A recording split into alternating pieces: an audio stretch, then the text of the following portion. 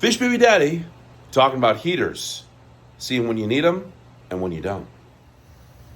Fish Baby Daddy wanted to break down heaters and when we're actually utilizing them and when you really don't need them, and when sometimes people think they need them when they really don't. I got a couple tanks, and what I do is I utilize them in some tanks, and some tanks I know that they are not going to work well at all. And so I figured the best way to kind of break this down and talk about, when you want a heater, when you don't, is kind of going what I experience and going through it tank by tank. It always drives me nuts when you actually are talking to someone sometimes and they'll tell you, you'll ask them a question and then they'll be like, well, it depends. Well, give me some examples. And that's what I really want to do with you. I want to give you some examples on some heaters, on when you want to use heaters and when you don't want to use heaters, and when they're to your advantage and when you really are, they're not going to work for you at all. So let's actually break it down, and I'll go step by step with each tank. So in this tank, I have a 75 gallon, and this is pretty much a tank that I don't use any heaters in. I found that the Gymnogeophagus balzanis that are in here, you can see with the laser pointer here, I got this right here. Don't want to get them too much, but I want you to kind of identify them right there. These guys right here are a colder water fish, and they actually don't really want anything a little bit higher than 76 degrees. So this tank, the room temperature is actually 76. So I'm just keeping it at 76, leaving it that for these guys. And at some point, I know that they like potentially colder water, like a colder water season, which means I'd have to drop the temperature a little bit. So I still have to figure out what I'm going to do with that in terms of getting a season of the year. But for sure, I don't want a heater in here. And also, in this cave right here, this third one over, that one right there actually has a super red bristlenose in there, and super reds really do well with lower temps. I found with my super red bristlenose plecos, keeping them like it's 75 degrees, 75, 76, does wonders in terms of not only their development, but helping them with fry and getting them to actually have babies and stuff. So for me, for sure, this tank is with no heater. I want to avoid heaters with this one. But at the same token, I have a royal pleco in here. I have a blue-eyed redfin pleco, actually two of those in here, and they don't really want temperatures that are actually too cold. So this tank's kind of like at that happy medium where I don't have water that's excessively warm, but it's not excessively cold. So we got it like around 76. So I like the way it's set up right now, and the light's kind of subtle. Don't have a high-powered light, but I don't really need that in here. So heater, really don't need it in this tank, and that's just because of the type of fish and the climate that they really thrive in. Okay, in this tank I have Nanacara anomala. You really can't see them, but there's 3 of them in here, 2 females and a male, and I'm just trying to get them to breed and just kind of give them plenty of hiding spaces. But I don't have a heater in here. They do fine, like it's 76, and what also does really well without actually any heaters is a lot of this over here. I see the laser pointer. I'm actually pointing right here to the left. Is this Anubias? Anubias does really well without actually having a heater. They do fine like around 76. I have plenty of growth with those. The only thing that's kind of struggling in this tank with the Anubias is the fact that it's a much softer water. I think they gravitate towards a little bit more harder water. But in terms of temperature, Anubias do perfectly fine at 76. Do not need a heater at all. And to the right here, where I got the laser pointer, you do not actually want to be putting any temperatures at all, in my opinion, with Java moss. Java moss does great at like 75 degrees. And so I just leave it. So this tank has no heater at all with the plants and with the fish.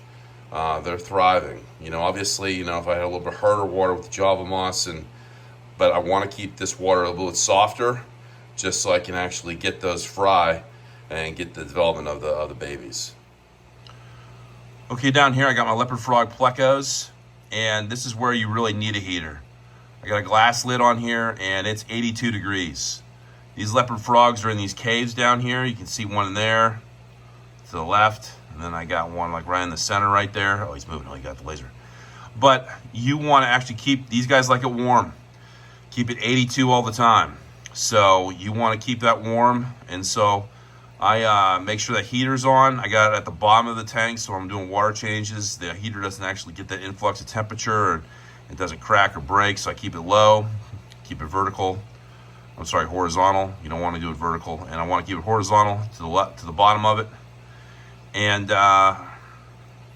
just keep it warm. They really like 82 degrees, so I make sure we stay at 82 at all times.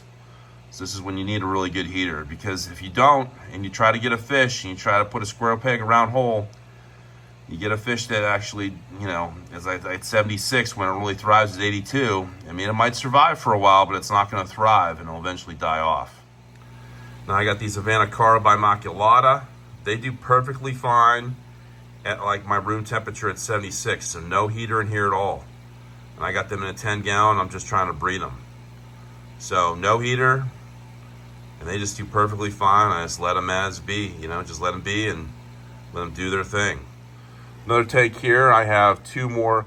I got a pair of Nanacara anomala, and they're doing great in this planted tank. All the plants are going crazy. They're doing great, and no heater at all. Just keeping it at 76. Plants are thriving. Fish are thriving. I've actually pulled out a tremendous amount of fry already out of here, and I got them growing in another tank. But again, plants and fish, no heater. Just let them go. Keep the temperature constant at 76 in my apartment, and they're doing perfectly fine. Now, in both of these tanks, I got the temperature to the right. I got the mega clown plecos. You don't see them too much. They're kind of hiding right now. But to the right there, that temperature is roughly about 80 degrees right now. And they like it warm. So I'm keeping it warm and always constantly making sure that the heater's always running. And then to the left, I have those mini snowball plecos. They like the water warm, and I'm going to keep that water at 82 degrees. So again, these smaller plecos a lot of times like warmer water, and I'm trying to keep that temperature constant. So I'm always got the heaters in there and making sure that the water is always staying at around 80 to 82 degrees for these two tanks. With this tank, I have a mixture of soft and hard water. Got a little more harder water in here, and the Anubias is taking off.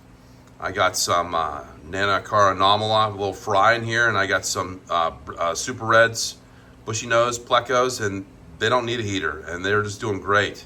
So I'm just letting them kind of run its course, and they're growing and developing really good. So no heater, don't want a heater, and just keep the temperature around 76, and I'm doing just fine.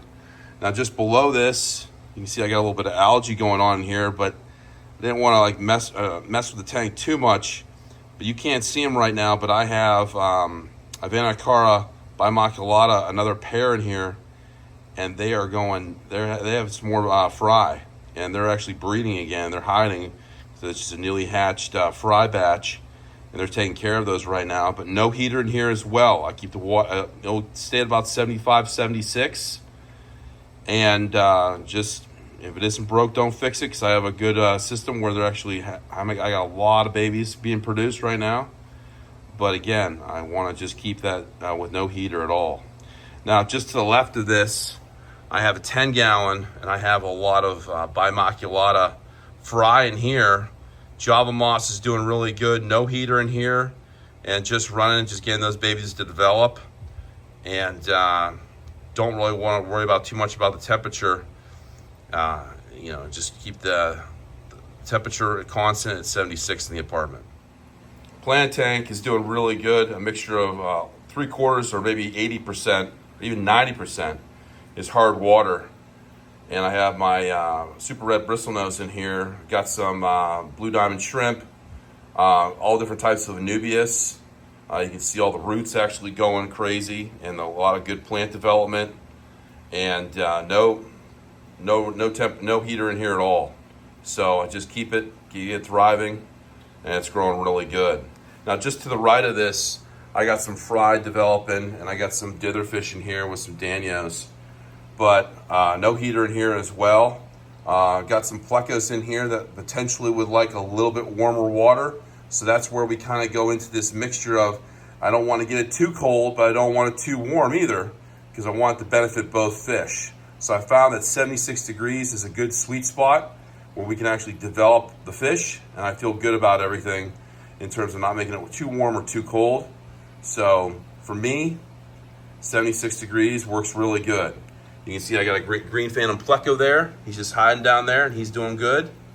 And then just underneath that actual terracotta pot, you can see I got a royal pleco. So that's where I am with the sweet spot in terms of making sure the temperature is not too high or too low with this grow out tank with some plecos and some small fry that are developing. Real quickly, when I'm trying to do water changes, and I got those tanks where I'm actually putting in new water. Now, there might be a discrepancy of maybe possibly like a 5-degree shift in water temperature. I don't want it to be greater than that. So I want to make sure that the tanks I have actual heaters in, I want to make sure that temperature shift doesn't go more than 5 degrees, because temperature change or drastic temperature change can really affect fish in a negative way. So I'm always kind of conscious of that too. And I'm also conscious of constantly keeping the temperature in my apartment the same. I don't want to be turning on or off either the heat or the air all the time. And then what happens is that fluctuation is actually going to affect the fish in negative ways. So I'm always constantly trying to stay at the same temperature. So keeping that temperature the same when you don't have any heaters is really important, because if you go away for a while and you turn off your heat or turn off your air and you start getting these fluctuations, you run the risk of actually developing stress or potential disease with your fish. So I just wanted to make that kind of apparent, or maybe just kind of self-aware of, hey, look, let's keep everything kind of constant with temperature. So you can see there's a wide range of temperatures and different things that I'm looking at when I'm looking at the different tanks in terms of what I'm actually utilizing, when I'm using heat, when I'm not using heat, and how I'm relying on ambient temperature too.